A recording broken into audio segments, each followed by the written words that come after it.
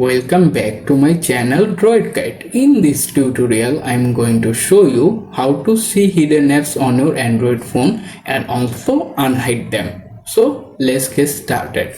First, open the settings page on your phone. Once you are in the main settings page, scroll down a little, look for the home screen option. Once you found them, tap to open it. After the home screen page is open, scroll down to the bottom. Here you can see various options.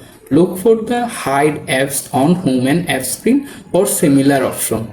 Tap to open it. In the next page is open, look at the top menu bar in the hidden apps section. Here you can see all of the hidden apps listed there. If you want to unhide any app or multiple apps on your phone, don't panic. This is very easy. To do that, simply find the app, tap on the minus sign next to their name. If you want to decide to at the same time unhide multiple apps, don't panic. Simply uncheck the all of apps. After that, hit the done button at the top or bottom on your phone. Once you have done, simply return to your home screen or open the app door. Swipe left to right or right to left and find the all of hidden apps listed there appear. This means you have successfully unhide it.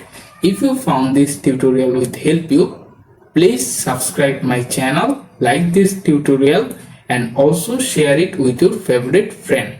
Bye, take care.